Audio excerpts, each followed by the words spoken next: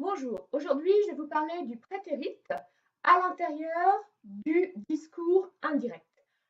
Alors, nous avons l'exemple Harry asked Ron if he knew the answer. Le verbe qui m'intéresse est souligné en rouge, c'est le verbe know qui porte le marqueur ED. Il s'agit donc de définir si ED a, dans ce contexte, une valeur temporelle ou une valeur modale.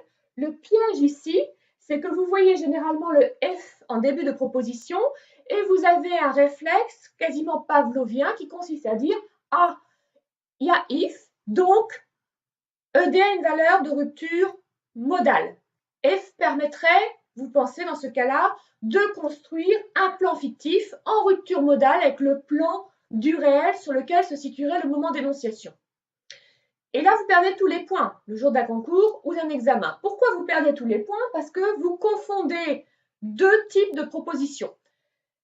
La proposition subordonnée nominale interrogative indirecte introduite par F, d'une part, et d'autre part, la proposition subordonnée adverbiale circonstancielle de condition. Ce qu'il faut que vous compreniez bien, c'est qu'une proposition subordonnée adverbiale circonstancielle de condition est introduite par F et construit un plan fictif. Ça, c'est vrai. Mais il n'y a pas que les circonstancielles de condition qui introduisent, grâce à F, une proposition. Donc, vous pouvez trouver la conjonction de subordination F aussi bien au début d'une proposition subordonnée circonstancielle de condition qui construit un plan fictif qu'au début d'une proposition subordonnée interrogative indirecte qui, elle, ne construit absolument pas de plan fictif. En fait, ce qu'il faut que vous compreniez, c'est que nous avons ici une proposition qui est complément du verbe ask. Ask, c'est un verbe dit transitif, ça veut dire qu'il a deux compléments, run d'une part et if he knew the answer. Vu que la proposition if he knew the answer est complément du verbe ask, c'est une nominale interrogative indirecte. Cela correspond en fait, cette définition proposition subordonnée nominale interrogative indirecte complément d'un verbe ask qui est un verbe introducteur de discours, cela correspond à la définition syntaxique du discours indirect. Ce que vous avez entre crochets rouges, c'est une nominale interrogative indirecte, mais c'est surtout du discours indirect. Donc là, vous avez un cas d'occurrence du prétérit dans du discours indirect. Et si vous faites une petite manipulation, une paraphrase, en essayant de retrouver la question directe, vous vous apercevez que le prétérit disparaît et est remplacé par du présent. Harry asked Ron, deux points, ouvrez les guillemets, do you know the answer? Donc, cela signifie que le prétérit est dû à la présence de discours indirect.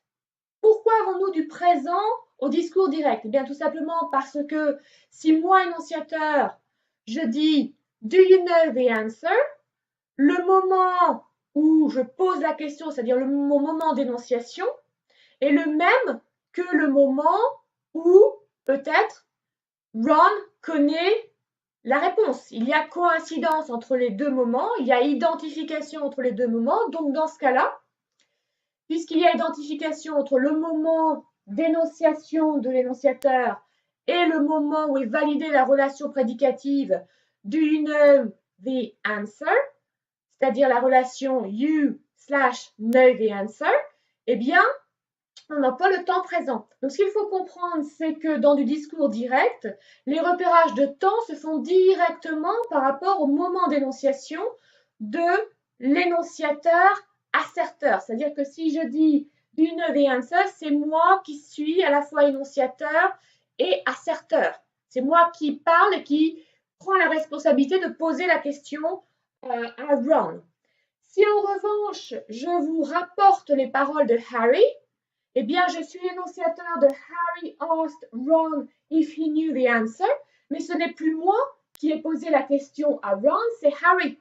Donc moi, je suis énonciateur de toute cette phrase, mais l'asserteur, celui qui est responsable du contenu de la proposition entre crochets rouges, du contenu de discours, de la teneur des propos, le responsable, c'est Harry. Donc, c'est Harry qui est l'asserteur.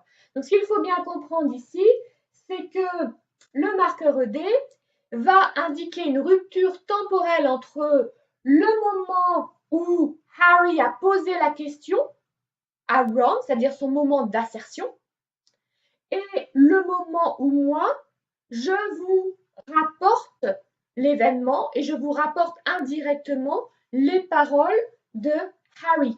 Il y a donc ce qu'on appelle une rupture temporelle. Dans certaines grammaires, on parle de rupture énonciative, mais il y a une rupture temporelle entre le moment d'assertion de Harry, le moment où il a posé la question, de savoir si Ron connaissait la réponse, et le moment où moi, plus tard, je vous raconte que Harry a posé cette question. Donc, il s'agit bien d'une rupture temporelle, non pas d'une rupture modale. Il n'y a absolument pas construction d'un plan fictif ici.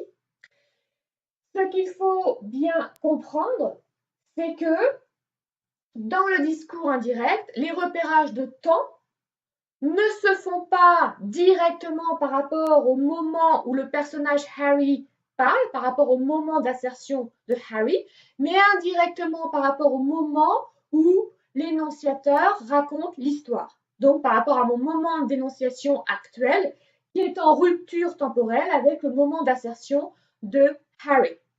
Donc c'était une petite mise au point quant à l'emploi du prétérit dans des propositions en F. Méfiez-vous, ce n'est pas parce que vous avez F juste avant que forcément le ED a une valeur modale. Vérifiez si vous avez oui ou non affaire à une proposition subordonnée interrogative indirecte ou si vous avez affaire à une proposition subordonnée adverbiale circonstancielle de condition. C'est seulement dans ce deuxième cas que vous aurez une valeur modale, de rupture modale pour le marqueur ED. Ici, il a une valeur de rupture temporelle. Donc j'espère que cette différence est maintenant bien claire dans vos esprits et je vous souhaite bon courage pour les révisions du CAPES puisque maintenant les épreuves de l'agrégation sont passées. À très bientôt.